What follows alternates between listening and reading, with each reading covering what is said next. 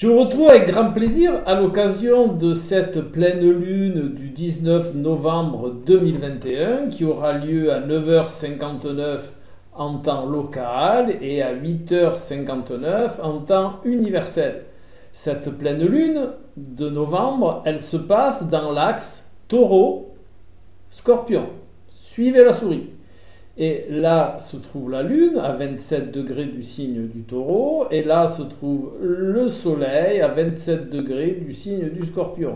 Donc comme vous le voyez, maintenant vous connaissez un petit peu, c'est une opposition entre le Soleil et la Lune, ici présente. Donc cette pleine Lune, elle se passe dans un axe où il y a du concret et, on va dire, du mystique, de l'invisible, du ressenti, de l'intuition, mais aussi la faculté de se transcender, la faculté d'amener l'invisible au visible. Et nous avons ici de l'autre côté une lune qui va avoir besoin de sécurité, qui va avoir besoin de concrétiser ses émotions, une lune qui va avoir besoin de stabilité, une lune qui va avoir besoin d'une ambiance qui lui convienne. Rappelez-vous que la lune est aussi sensible à l'ambiance puisque c'est le gouverneur du signe du Cancer. Donc vous voyez là, il y a quand même antagonisme entre un côté solaire qui va aller dans les profondeurs de l'âme, dans les profondeurs de l'intérieur, faire son rôle de transmutation, son rôle de questionnement. Et de l'autre côté, nous avons une lune qui, elle, ne rêve que de stabilité et que de sécurité. Il y a là quand même un sérieux antagonisme. Maintenant, on peut concevoir la chose suivante, c'est que cette sécurité émotionnelle va pouvoir engendrer une stabilité quand même émotionnelle. Car s'il n'y avait que ce soleil en Scorpion, ça serait vraiment la remise en question dans toute sa splendeur, dans toute sa grandeur. Et le fait qu'il y ait cette opposition avec la Lune dans le signe du Taureau, eh bien ça va un petit peu calmer les choses. Bien entendu, ça va créer des tensions entre ce besoin de sécurité, ce besoin de stabilité émotionnelle et la remise en question dont il est question par le Soleil en Scorpion. De plus, ce Soleil en Scorpion va donner une grande énergie à ce phénomène de transcendance, à ce phénomène d'amener ce que l'on a à l'intérieur de soi à la lumière, d'amener le visible, d'amener l'invisible au visible. Là, quelque part, la Lune en Taureau va pouvoir aider un petit peu à concrétiser cet élan solaire. Donc il peut y avoir, bien que ce soit une opposition, il peut y avoir aussi une synergie entre ces deux positions.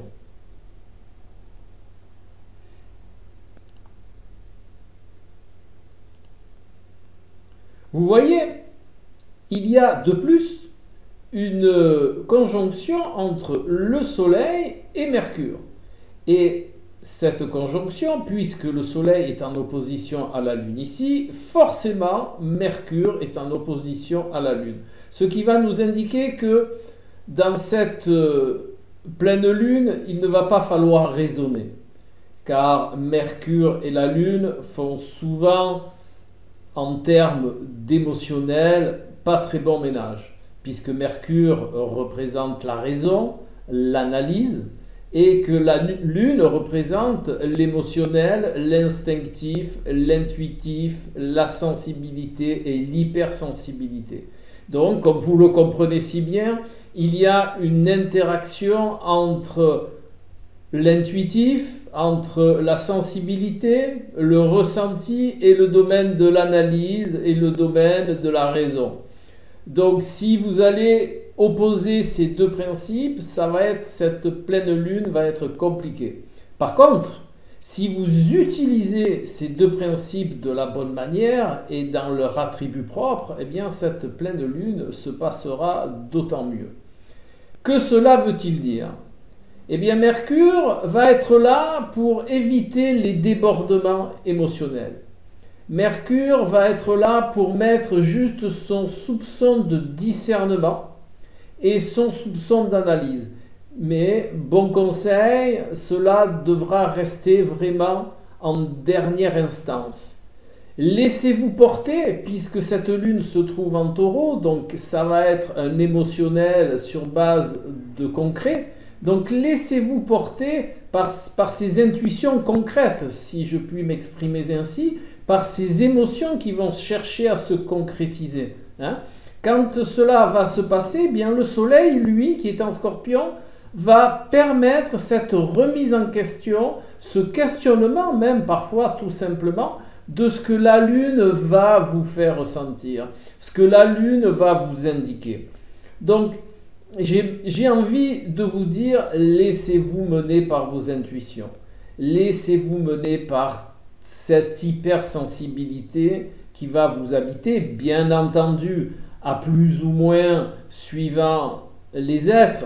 Comme je vous le rappelle à chaque fois, pour vraiment avoir des énergies personnalisées, il est utile, il est essentiel, je dirais même plus, de corréler ce ciel de la pleine lune à votre thème natal. Comme ça, on peut voir les interactions qu'il y a entre ce ciel et votre thème natal, de manière à définir exactement comment vous allez vivre cette pleine lune.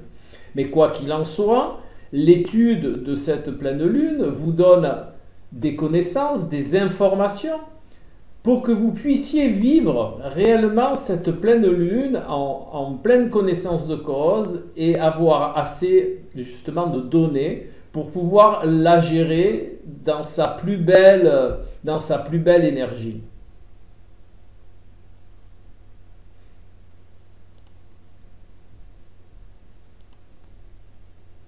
Ne cherchez pas à structurer vos émotions. Vivez-les de manière concrète et ne confondez pas les deux. Vivre ces émotions de manière concrète, les amener sur le plan du concret, par exemple si vous avez envie de pleurer, de rire, riez, pleurez à chaudes larmes si tel est votre ressenti, mais ne cherchez pas à les structurer. Car Vénus, le gouverneur du Taureau, se trouve en Capricorne, même si il y a cette notion-là, ça va quand même pousser à la structure, ça. Donc, ne structurez pas. Laissez vivre. Bien entendu, soyez toujours dans le discernement, jamais dans l'affolement. Ce qui n'empêche pas de ressentir les choses. Donc, soyez dans cette ouverture, soyez dans cette limpidité, dans cette flexibilité. Laissez couler le domaine émotionnel, ne vous inquiétez pas, en face ça veille, Soleil, Mercure, et de plus Vénus en Capricorne peut aussi brider, suivant votre ciel de naissance, cela peut aussi brider l'expression de ces ressentis émotionnels. Donc, si j'ai un conseil à vous donner, dès que vous ressentez quelque chose au niveau émotionnel, laissez sortir. Pour bien vous imager cela, vous laissez sortir. Le soleil va s'occuper de la remise en question, du questionnement sur ce que vous ressentez. Il va même vous donner la force de transcender ce qui va remonter. Mais gardez bien à l'esprit, je ne réfrène pas, je ne cristallise pas, je ne mets pas sous couvert le domaine émotionnel durant cette période. Voilà, c'est, je pense, les points essentiels de cette pleine lune. Laissez sortir, vivez vos émotions, désir de sécurité émotionnelle, désir de stabilité émotionnelle ne veut pas dire cristallisation, enfermement. Laissez cours au questionnement que cela va engendrer, car ça va être bénéfique pour vous ultérieurement. Laissez ce questionnement se faire. Gardez toujours votre Mercure en éveil. Si ça va trop loin, là, à ce moment-là, raisonnez, servez-vous de cette opposition. Mercure va chercher de manière innée à raisonner. Donc, contrôlez votre Mercure, là oui.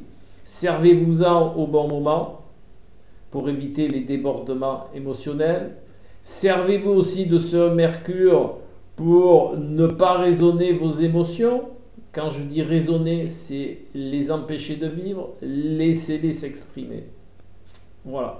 Cette pleine lune est l'occasion de pouvoir réadapter ces émotions par leur mise au concret, par, je dirais, leur remontée au niveau du concret. Le soleil, lui, va faire ce qu'il faut. Voilà. Je vous demande d'avoir confiance en vos potentiels. Bien entendu, je n'ai pas votre thème sous les yeux, mais cette pleine lune, si vous observez ces recommandations, elles devraient se passer au mieux et vous amener des opportunités dans le domaine émotionnel pour déjà vous rendre compte d'émotions qui n'étaient pas toujours apparentes. De plus, cette faculté, ce potentiel de transcender ce domaine est toujours bénéfique. Et comme à l'habitude, nous allons voir ensemble les degrés thébaïques associés à cette pleine lune. Pour les nouveaux arrivants, je dirais, les degrés thébaïques, ce sont les images du calendrier égyptien, donc du calendrier thébaïque, et qui sont corrélés au degré du zodiaque. À mon sens, c'est une belle source d'information et toujours, vous pouvez reprendre les lunes antérieures, vous retrouverez ce qui est dit de la pleine lune ou de la nouvelle lune. Eh bien, c'est toujours très en corrélation, c'est toujours très pertinent avec les degrés thébaïques.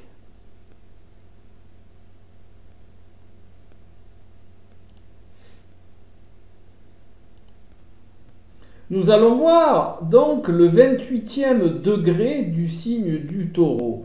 Pour rappel, on prend le 28e degré du signe du Taureau car la Lune se trouve à 27 degrés 14, donc le 27e degré du signe du Taureau est dépassé. Donc la parabole qui se corrèle à ce degré du zodiaque, c'est une femme tirant un cheval par la bride.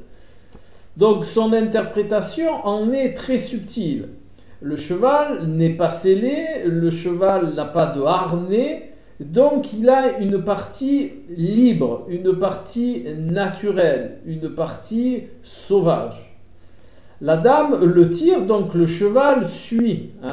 Ce qui veut dire, et comme le personnage est une femme, ça symbolise la douceur, l'hypersensibilité, la sensibilité. Au premier plan, le cheval représentant les instincts, représentant la nature non contrôlée. Au deuxième plan de cette parabole, eh bien, nous sommes bien dans cette pleine lune où il va être question de vivre ces émotions sans qu'elles prennent le contrôle. Voilà, c'est pour ça que le cheval suit et que la dame est en première instance et que la dame tient la bride du cheval. Ça veut dire quoi? Ça veut dire que Mercure représente la bride du cheval et qui va être là juste quand il faut pour réfréner les débordements émotionnels qui sont représentés par le cheval et dont la femme va, comme c'est elle qui guide le cheval, eh bien la femme va se servir de ce potentiel, mais sans qu'il déborde, sans qu'il soit ennuyeux. Donc il y a bien là une belle corrélation. Nous allons voir maintenant le degré qui est la parabole qui est corrélée au degré du soleil.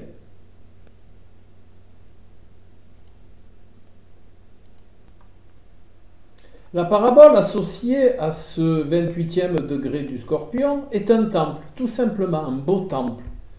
Ne s'agirait-il pas là de notre temple intérieur?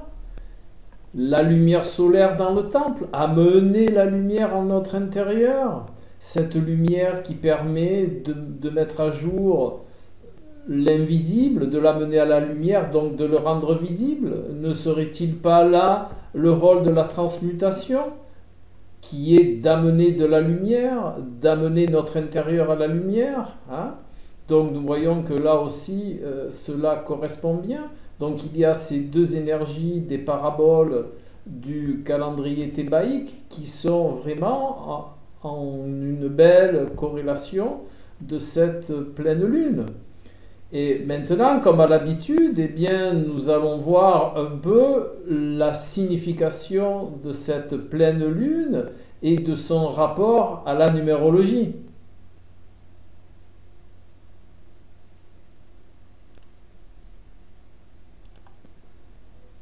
Le nombre de cette pleine lune est le nombre 8. Alors, le nombre 8, essayez de le matérialiser sur votre écran personnel, derrière vos paupières. Il est fait de deux boucles, on va dire. Hein. Une boucle haute, une boucle basse. Donc je vais vous montrer un 8 pour que vous puissiez bien visualiser ces deux boucles. Hein. Et vous voyez que ces deux boucles, elles ont une intersection en leur milieu. Eh bien, la symbolique du nombre 8 par rapport à cette pleine lune, eh bien, va être de rendre la circulation des potentialités, des énergies entre le bas qui représente plus les énergies émotionnelles dans le sens un peu plus instinctif que les énergies solaires qui sont, rappelons-le, le soleil et l'énergie divine, donc l'énergie subtile, et en son centre de ce nombre, il y a un croisement. Et vous savez très bien que dans les croisements, ça circule moins bien. Donc ce que veut nous rappeler le nombre 8, c'est d'essayer d'être le plus fluide possible entre les énergies subtiles et les énergies un peu plus associées à la matière, donc entre les émotions et le soleil, entre la lune et l'énergie de transcendance du soleil. Voilà un peu ce que nous révèle ce nombre 8, qui est donc bien lui aussi en interaction avec cette pleine lune. Donc gardez ce symbole en vous pour cette pleine lune, le 8 hein, c'est deux boucles, une haute, une basse, avec le croisement en son sein. Essayez d'être le plus fluide possible dans vos ressentis, le plus fluide possible quand ces ressentis, quand ces émotions vont passer à la lumière solaire qui va engendrer un questionnement, une énergie transmutatoire. Et il va peut-être que Mercure va être là utile pour un petit peu agrandir le croisement entre la boucle haute et la boucle basse, de manière à ce qu'il n'y ait pas d'embouteillage comme dans tout croisement. Hein, ça circule moins bien. Donc ce nombre 8 vous avertit qu'il va y avoir une moins bonne circulation entre les deux énergies. Eh bien, vu que vous en êtes averti, profitez de cette révélation pour pouvoir justement faire en sorte que la circulation soit beaucoup plus libre. Voilà, donc rappelez-vous, j'ai les émotions en bas, dans la boucle d'en bas, un petit peu côté instinctif, je réagis émotionnellement. En haut, vous avez l'autre boucle du 8 qui est plus subtile, qui est l'énergie divine, qui va amener de la lumière justement dans ce domaine émotionnel. Et il y a ce croisement qui pourrait être représenté symboliquement par ce besoin de stabilité émotionnelle. Donc, qui dit stabilité, dit moins bonne circulation. Rappelez-vous ce dont je vous ai parlé dans le descriptif, dans l'interprétation de cette pleine lune au sujet de ce besoin de stabilité, de sécurité émotionnelle. Eh bien, ça n'engendre pas le mouvement. Et eh bien, un croisement est un endroit où le mouvement est moins fluide. Voilà. Donc vous avez une belle corrélation entre le nombre 8 et puis la libre circulation et la relation avec la Lune et le Soleil. Et ce carrefour, ce fameux carrefour qu'il va falloir passer de la meilleure des manières. Eh bien, maintenant, on va un petit peu voir l'arcane du tarot de Marseille qui est associé à cette pleine lune.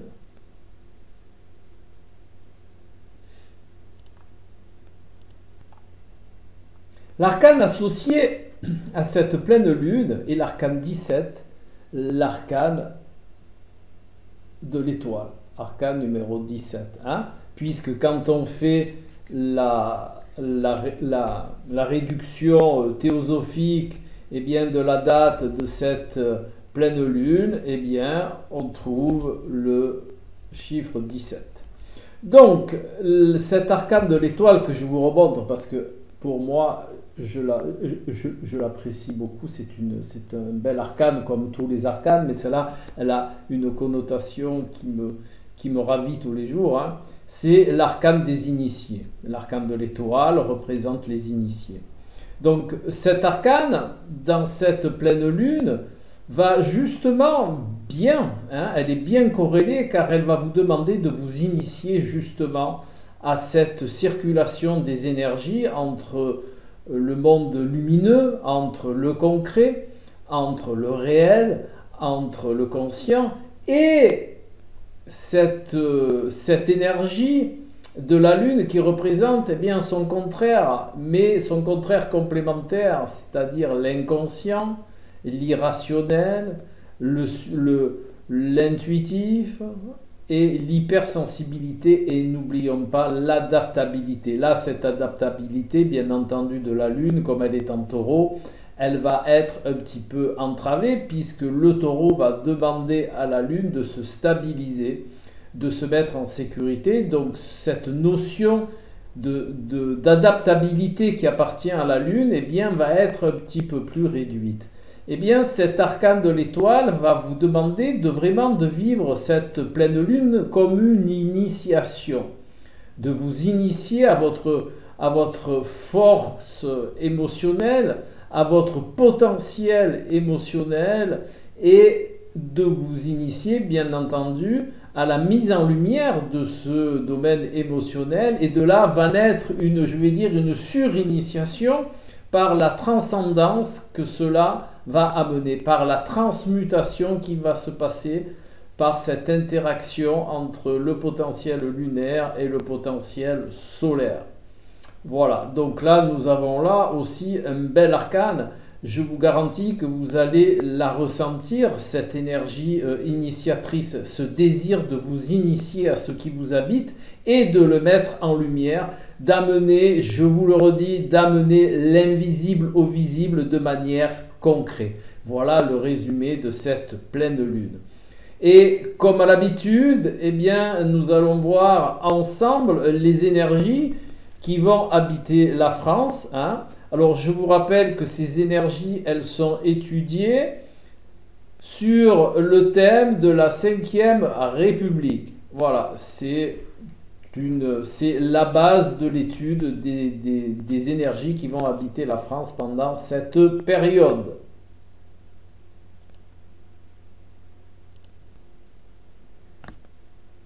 Les énergies vont être les suivantes. Ça va être une période d'empathie. Ça va être une période, alors au niveau des gens, hein, au niveau des personnes, entendons-nous bien. Les gens vont être un petit peu plus empathiques. Ils vont être un petit peu plus ouverts à ce qui se passe autour d'eux. Hein.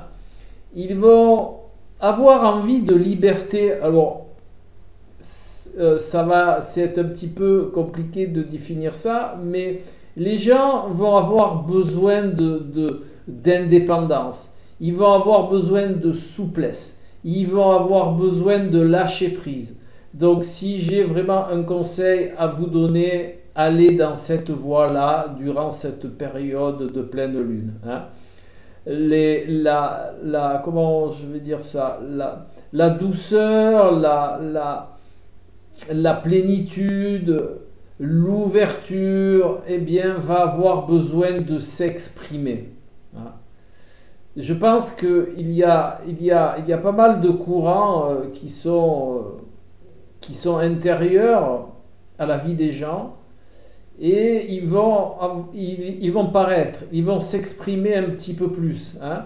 ça va être une période où il y a ce besoin interne de lâcher prise, de liberté, d'indépendance, de souplesse, de flexibilité. Mais c'est un besoin qui se fait de plus en plus sentir parce que l'ambiance est lourde, la structure est trop présente. Voilà. Donc d'un côté, la structure va être encore plus présente et de l'autre côté, il y a une envie j'ai envie de tout lâcher, j'ai envie de lâcher la vapeur. Voilà. Eh bien, c'est cette énergie, cette ambiance qui va habiter la France dans cette période. De plus, bien entendu, alors je vous le dis, les tensions, les discussions sont toujours de mise. Hein. Vous voyez que Uranus est toujours en opposition à Saturne. Jupiter, lui, eh bien, il a des aspects difficiles. Donc le collectif n'est pas au mieux. Ce que j'entends, le collectif, bien entendu, c'est l'interaction entre les gens. Hein. Voilà. Bien heureusement, je vous le dis, les gens, quelque part, ont cette faculté de se retirer un petit peu dans leur monde personnel. Hein. La France la France est composée de multiples bulles, de multiples écosystèmes, et ce qui fait que ça manque un peu d'interaction. Hein. Voilà. Donc, essayez avec comment je veux dire ça, toute la raison gardée, tout le discernement, d'essayer de rentrer en communication, essayer d'être en relation, bien entendu, en gardant je vais dire, les gestes appropriés. Hein. Mais voilà, essayez de lâcher un peu parce que cette période-là de mi-fin novembre risque d'être lourde. Hein. Donc voilà, lâchez tout en faisant preuve de discernement. Essayez de communiquer, essayez d'être bien, essayez d'échanger, de partager. Alors pas à but égotique, bien entendu, mais de partager pour le plaisir de partager, pour le plaisir de s'ouvrir, hein, pour ce plaisir d'échange qui enrichit, hein, de cette compréhension de la différence qui va ouvrir là aussi sur une richesse et sur de la lumière. Hein. Voilà, c'est cette compréhension-là que je vous propose par rapport à cette énergie un petit peu lourde de cette période-là, hein, à toutes les discussions qui vont avoir lieu. Je pense qu'il va y avoir aussi des actes qui vont être posés, qui vont être un petit peu lourds. Donc voilà, je vous propose que chacun mette un petit peu de légèreté de manière à ce que l'ensemble soit beaucoup plus léger. Voilà.